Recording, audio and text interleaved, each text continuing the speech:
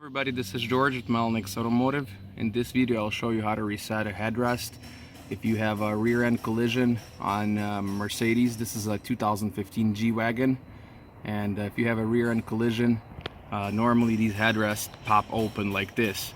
So first, what you want to verify, if you take this to the dealer, it's going to cost you a lot of money to reset it.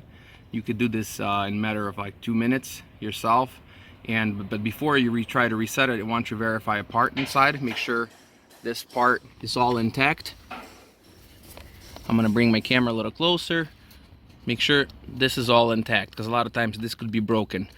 So here's what I'm gonna do right now. I'm gonna hand over a camera. What you're gonna have to do, you wanna push this side, the back of the headrest. You need to push it kind of out, down, and in. So I'll go ahead and reset this. Right now I'll have somebody hold the camera for me, and you guys can watch it. Okay, so what I'm doing right now, so I'm actually pushing the headrest down, at the same time